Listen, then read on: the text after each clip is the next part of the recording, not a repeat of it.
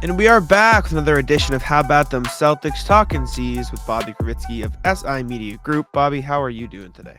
Doing fantastic. We got an interesting stretch of Celtics basketball that continues in the gauntlet that is the month of January, starting with a heavyweight showdown that we'll talk about in just a bit on Friday night at the Garden. So can't wait to get into all of it. Yes, a lot of Celtic stuff, a lot of Western Conference opponents coming up for the Celtics in the mix of it. Before they take on the Nuggets tonight, as you guys are listening to this, though, this past Wednesday, they took down the Spurs in a pretty convincing blowout and then 117-98 win. They were up by as much as 30 during the game. Jaylen Brown was throwing some really cool behind the back through the leg passes, or attempting them at the very least, because the game turned into a circus in the second half because it was over. Uh, Bobby, any takeaways from that one? Well, really, the biggest one for me, well, so there were two. Okay. One was the more incorporating the zone defense that we're starting to see greater use of on a more consistent game to game basis, and how I do think, Tatum talked about after the Raptors game that they mess it up, but they enjoy playing in that. I do think they're getting more comfortable in it. And that's another reason for Joe Mazzulla to continue to have them spend more time in it, whether it's a 2-1-2 or there's some other, machinations that they use there with the zone defense. And I think it's working for them. And then the other one is when it comes to the Cornette and Queta discourse, something that I don't think gets discussed enough is, and I put this in my game story from the Spurs game, it was noteworthy that Joe Mazzulla let Queta fly solo on Wednesday night. But the difference is that Cornette does it a lot. Like usually Queta is out there with Al Horford. It's like having training wheels on. And Cornette is someone who I think there's just more trusted. And you can see some of the differences, whether it's quicker decisions as a facilitator, whether it's some things that happen on the defensive end. So both played well for sure. And Queta, I thought, was better offensively overall than Cornette in that game. But again, you can see that there is a difference in where they're at on the depth chart right now. Yeah, Queta for sure needs to be a little bit more disciplined. He had 5 fouls in 14, 12 That's his minutes Achilles against San heel. Antonio. His fouls per minute through the roof. That man loves a hack. But he also loves some big boy dunks. He had a couple of sick plays, bodied Wemby, sent him back to France. He said, "I'm the best European on the floor," knocked him on his ass, threw down the dunk. And then on the other end, next half, he hustled.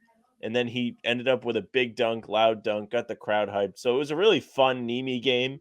To your point about Cornette, he certainly is more controlled. He's more steady, more reliable. He's got more experience at this point, especially playing with this group. Like even last year, he was out there getting plenty of minutes with a lot of these core guys. So it's no surprise that Joe likes him.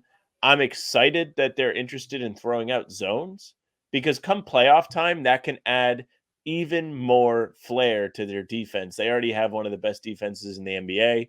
If they're throwing different looks at teams, it's going to be that much harder to score on them. And Jack knows this in the playoffs. I love defense. I think defense is the barometer for how well you're going to play and how far you're going to go. It's just the most steady thing that you can control. And by throwing out different zones, you're just going to ruin teams. Just look at what has happened to the Celtics when they play Spoelstra's Heat. They just get lost sometimes. And it's enough to swing a series, enough to at least swing a couple games. If they can master it, that's awesome. I'm interested to see how they handle Denver tonight. Jokic coming in, he's one of the smartest players in the league. I don't know how much we're going to see any creative experiments on the defensive end. It's more going to be like, hey, let's slow him down. The big European, Serbian, 2-time MVP, Finals MVP. He's a dog, and we're all going to get a good look at him. So very curious with that in the big guy matchups heading into tonight too. I almost think, if anything, you should be trying stuff against Jokic, because realistically, you get to see him twice during the regular season. And not that the Celtics have thought ahead at all this season. It's been quite literally the opposite of what Joe Mazzulla has preached. But if there is a chance that the Celtics end up going to the finals, there is a even better chance that this is probably the team they could face.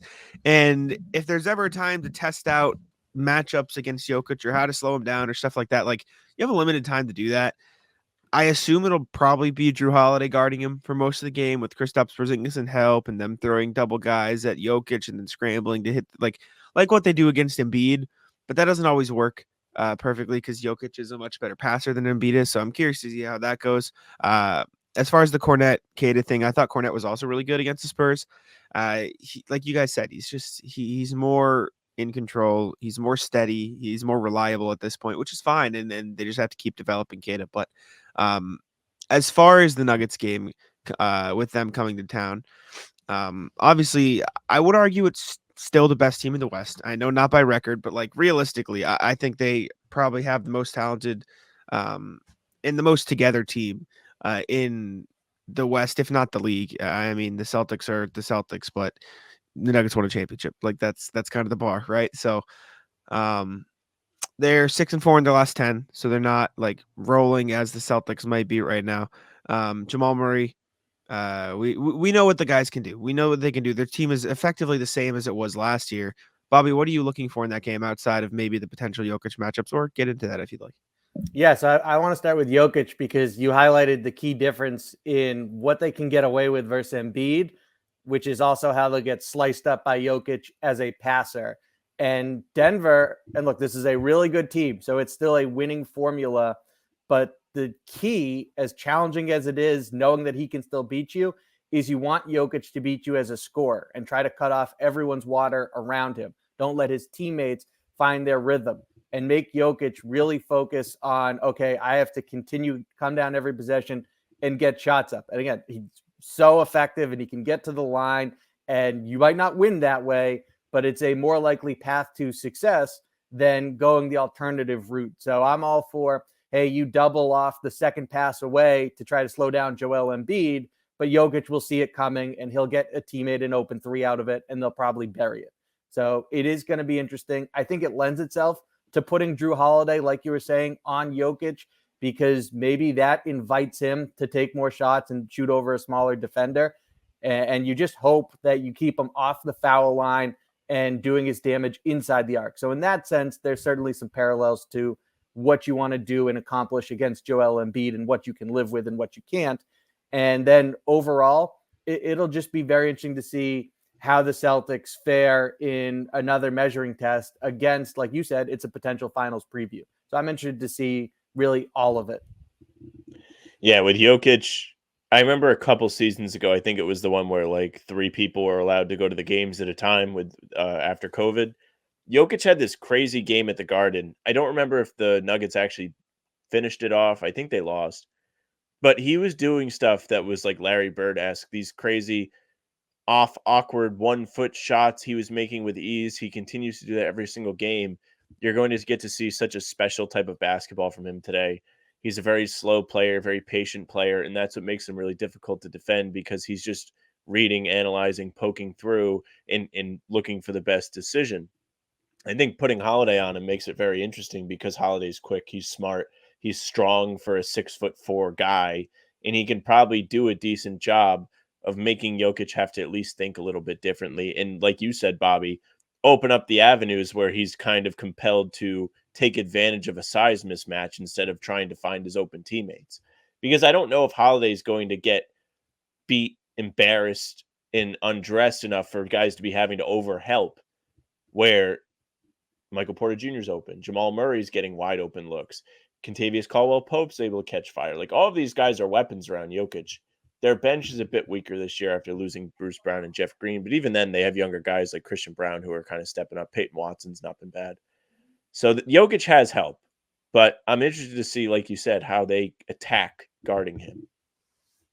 The only pushback I'll give on those ideas is like, for what it's worth, we did just see Alper and Şengün kind of kill Drew Holiday, Luke Cornette, and Porzingis. If he can do that, Jokic could probably put up 50 on those guys. And that's not a knock on the guys the Celtics have. Jokic is just probably the best player in the world. Like for as good of a passer as he is, he can also just give you buckets. He doesn't want to. He'll do it while he's thinking about his horses, but he'll still do it, right? Like he'll still give you the 50 that he can. So it's like it's a losing battle, and it's up to Joe to figure out, would you rather have him score 40 and stop everybody else or let other people potentially beat you? Like, it's an impossible task, and that's why the Nuggets rolled to a championship last year, because no one could figure out the formula of how do we stop this team. Add in the fact that they've actually put together a pretty good defense around him, and it's like that's why they won the championship last year. So I'm curious to see if they do pull out a zone to try to beat him, right? To try to cut off those passing lanes. If they do pull out a 2-1-2, if they pull out could they do some weird box and one where Drew Holiday's on Jokic and everyone else is, scrambling around the floor? I feel like we could see it. So I'm curious to see what they choose. Jokic is probably the hardest player to game plan for It's in the funny. NBA. It's funny you mentioned like Jokic can he doesn't really want to score. There's been like several Yeah. games this season where he's taken like 5 shots, but he has 15 assists and he's just out there doing it for fun. Like I think they beat up on the Pistons and they beat it is the Pistons, but they beat the Pistons by like 20, 25 points. Jokic had 5 points. He had like 14 assists, a bunch of rebounds, and Pistons fans on Reddit were just beside themselves. They were like, this guy wasn't even trying and we just got dismantled. Like what are we all supposed to do against Jokic? So I hope it's not that kind of experience tonight. I think the Celtics have a great defense too, but Jokic is a special player, like you say. And he was having the time of his life in those games. I mean, there Yeah. were finals matchups where Bruce Brown is yelling at him on the bench. You need to shoot more. You need to be more aggressive as a scorer, that it's not selfish. This is what we need from you. So it just speaks to what his mindset and his approach to the game is and how he sees it and how he thinks basketball should be played, at least on his end. And then, yeah, I definitely love the idea of challenging him with some zone defenses. But as far as when they're in man, when they're looking at, okay, who are we going to primarily assign to him? Quite frankly, again, Drew Holiday, I think maybe the best advantage you get out of that is inviting him to score and hope that it happens from beyond the arc or from inside the arc. And if it's beyond it, that he can apply enough air pressure to hold him to a low percentage from long range. But as far as one-on-one matchups, I would go with Porzingis or Al Horford, depending on who's on the floor, and no help whatsoever. And we're going one-on-one, and let's see how both parties do. You know what's too bad is Grant Williams is no more. One of the games that he would be perfect for. What a guy. What a guy. But speaking of Alper and Şengün, after the Nuggets, the Celtics do have the Rockets. We won't have another Talking Z's episode between now and then. Anything you're looking for in specific? We don't have to spend a ton of time on the Rockets game because it is kind of far out, but any thoughts on that, Bobby, going into it? They have to be embarrassed by how they played when they came to TD Garden. And I get it, second night of a back-to-back. That game in Detroit the night before came down to the wire. But nonetheless, that was a real piss-poor showing on the Rockets' part. So defensively and just in terms of grit and effort and hustle plays, I would think they crank up the dial. But then again, for as many positives as I can say about the Rockets this season, you never know with them. Sometimes the defense just hasn't been there. The offense is not good overall. So we'll see. But I would expect a more energized and motivated Rockets team than we saw last time.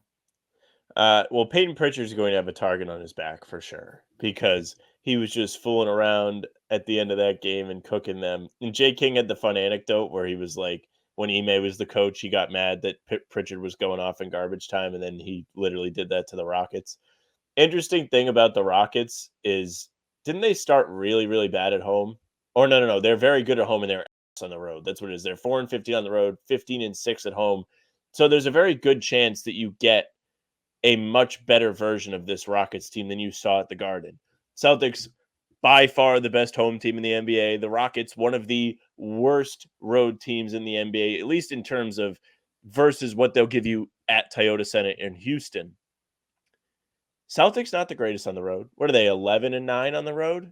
I got to go and look it up. 12-9 on the road. Like a little bit over 500, not awful, but when you think about like the quality of their team, you would expect better. Could be a little bit of a letdown spot. I don't think they're going to lose any more games in January. Jack, we went through and we did our predictions, and my one loss was correct. Yours was not. But What was it? What are you going to do? I picked them to lose at Milwaukee.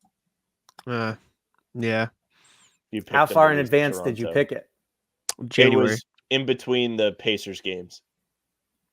How close was that to the Milwaukee game? 2 games out, 3 games out. Around that, yeah. That's not the easiest one to forecast how they'll manage that back-to-back. Oh, a scheduled loss. Mm.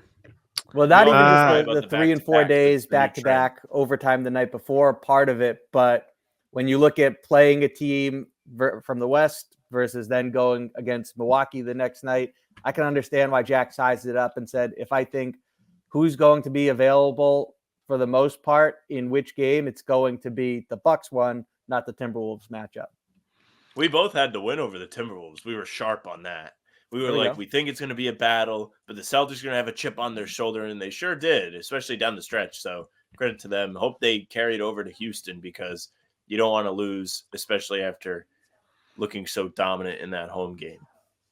Yeah, Brown said it against Minnesota that they didn't forget what happened on the Timberwolves home floor.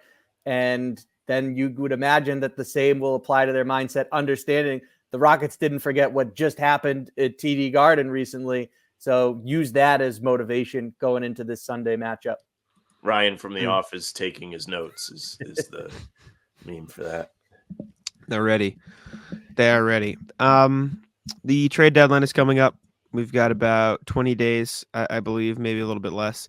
A little less than 3 weeks till the deadline. Bobby Marks of ESPN recently put out a video, mentioned 2 names. One was John Conchar, which we've talked about a million times, and the other was Naji Marshall on the Pelicans. Pelicans are playing really well this year.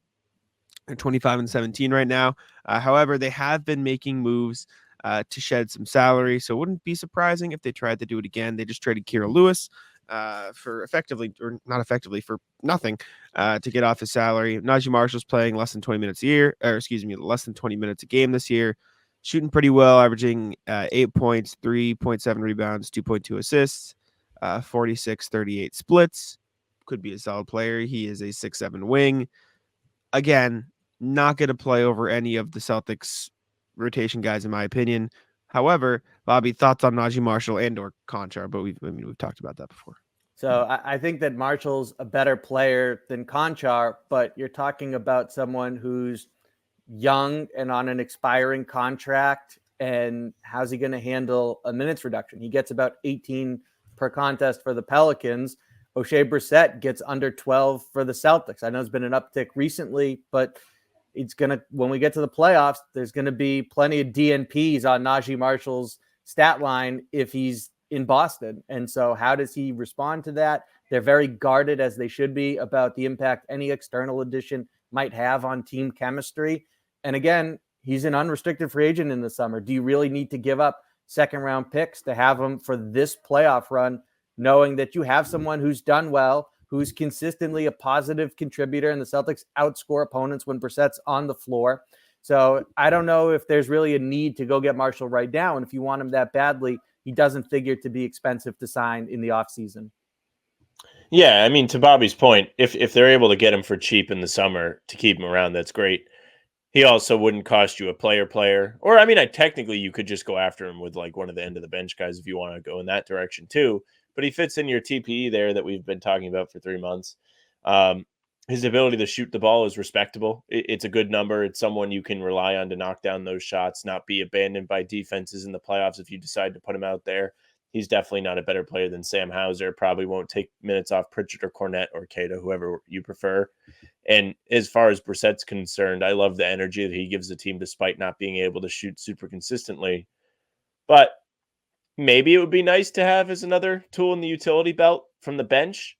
I don't know. I don't have a major opinion. If I got a Woj notification right now that it happened, I would not be devastated. But if the Celtics stand pat at the trade deadline, I'm fine. Our man Pete in the comments says it best. You don't hit on 21 in blackjack. You don't need to necessarily go out there, sacrifice picks like Bobby said, just to bring in a edge of the roster piece ahead of the deadline. Yeah, I mean, I like Naji Marshall. I like John Conchar. They're both fine players, but it doesn't make sense to me. I would almost rather a John Conchar trade because at least there's some sense to it past this season where he's on a contract for $6 million for the next 3 But that's years why I after can this also wait one. till the summer. Yeah, also true, but then the TPE's expired, and so Well, it'll be you can harder still to trade for you him. have a small window in the offseason if you wanted to make that happen.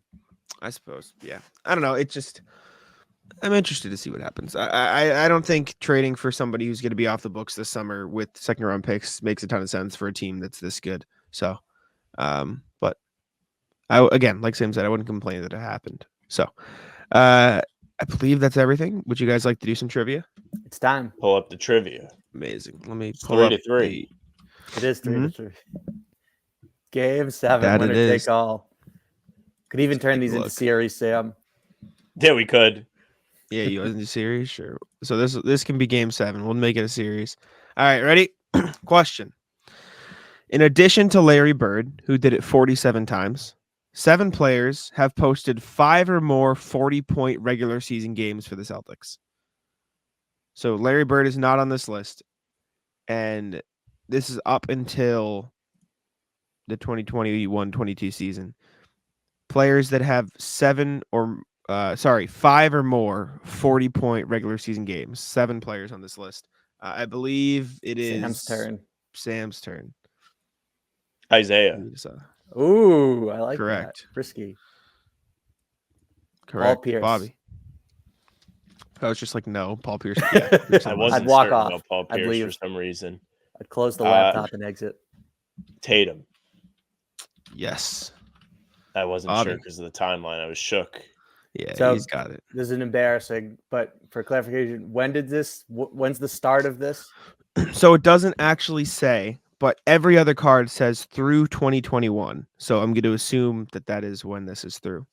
And this is starting. But it can be any point in Celtics history? Yeah, it doesn't have a start date. So okay, if there's no start date, then I'll try to get ahead of Sam with John Havlicek.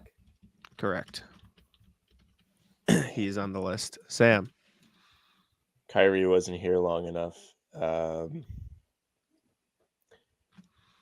I'm going to say Antoine Walker. I don't think it's the right answer, but no, yeah. No, Antoine. Sorry. Back to you, Bob. You can get ahead here. 3 left. It's one of those measured 3 times and cut once. Mm-hmm. See what happens. Oh, there's 3 left? I don't know why I thought this was the last guy. No, it's 7 answers. Oh. It's because I said there's 7 players with 5 or more. So you probably heard the 5 and was like, oh. I see. I will go with. Mm-hmm. Has Jalen done it? Yes, he has. Jaylen Brown on the list. Bang. Kevin McHale. Mm-mm. Oh. No. Also McHale. someone who is under strong consideration on this end. Yep. How many total people on this 7. list? 7? 2 left. Yeah, 2 remaining. This is the game time pick from Bobby. Yeah, this is Jack big wants time. it so bad. Look at him. What do I want? What? You want me to I'm lose just so enjoying bad. it. Oh yeah, The biggest smirk on your face. Definitely. I would be phenomenal. I'm unabashedly rooting for Bobby. I'm actually texting him the answers as we. Yeah, right. You love to see it. What do we got? I doubt it's someone from the 60s. After this round, I'll give you guys eras. Fair. I'm so tempted to go with a certain individual. I just can't imagine that he did it that many times. But I'm not confident in the new guys either. And all right, I'll throw out this guess. Sam Jones. Yeah. Oh, let's go. Sam Jones on the list. That was huge. Wow. Man. Tough. Sam, what you got? I lost. Is it Dave Cowan's last one? No. Bobby, you rub the salt in the wound. I'll give you the clue since it's over anyways. Bobby goes, it wasn't in the 60s, I don't think. Then he guessed a 60s guy. Well, Bobby, there were 2 60s guys. So I swear to God, even without this clue, and it might not be the right answer, but I was ready to throw out Tom Heinsohn. Yeah. Oh. Wow. Big boy game from Bobby. Yeah, this is great. Game 7, we needed it. That's crazy. I'm very excited for the series. I was gonna say, Bobby, I was looking ropes after the first 2 games. I was like, is this even gonna be fun? But this was Globetrotters versus Generals to start. All the way back. It was a collapse. Wow.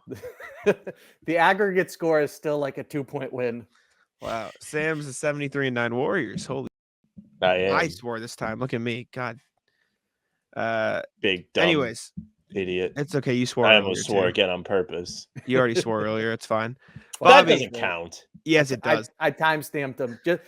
Because honestly, I don't know. So I timestamped them, and rather safe than sorry.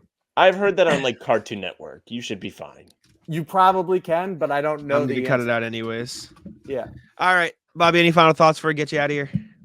The parade will be scheduled for Monday, day after the Rockets game. All are invited to attend, especially Sam. And it will be a classy and just Especially very me. fun festival. Wait. Bobby's gonna wear this. One sec. Shoot? I need to find the picture. If What you is it? hear "We Are the Champions" blaring throughout Boston on Monday, you'll know why now. Hold up. This is What is it, Jack?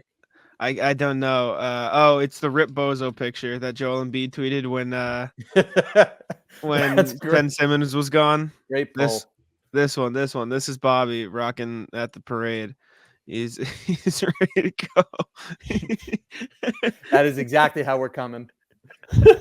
You will see me on the duck boat. I'd love dressed if like Bobby that. shows up with sunglasses on Monday. That'd be fantastic. Hilarious. I love it. Thank y'all for tuning in. We appreciate it. Make sure to subscribe to How About Them Celtics. Check out Bobby's work at si.com/Celtics inside the Celtics. And I'll let Sam wrap it up. Yes, thank you very much for watching. Make sure you subscribe to the YouTube channel. How About Them Celtics? It's on, what are we, 2,060 subscribers now? We're getting up the ladder. So make sure you subscribe. You'll get Talking C's right to your inbox, the full-length pods, game recaps, trade rumor breakdowns, film breakdowns, and our 30-minute pregame streams are live before every single game. Come hang out. It's a blast. It's a bunch of nonsense, and we truly do have a good time. Like Jack said, follow Bobby on Twitter at Bobby Kravitsky. You can check out his work on Inside the Celtics, part of SI Media. We appreciate his time. We have a lot of fun with him. We even let him win the trivia games. That's how much we like having him around. Thanks for taking a dive, Sam. I took the dive. Still invited to the parade. You can also find us on Spotify and Apple if you follow us there. The pods and game recaps will go right to your inbox. Leave us a nice 5-star review. Say something nice about the pod. Jack has been begging for somebody to write a new one. You can also find us via email, hbtcpod@gmail.com. We will read your emails, respond to them on our podcasts that drop Tuesday, Thursday, and Sunday. You can find us on socials at How About Them C's, Twitter, Instagram, TikTok, Facebook is just the name of the podcast. Our pregame streams are there, and on Twitter and on YouTube. Jack's Twitter is at Jackson1NBA. Mine is at Sam LaFrance NBA. That's it for us. Bye.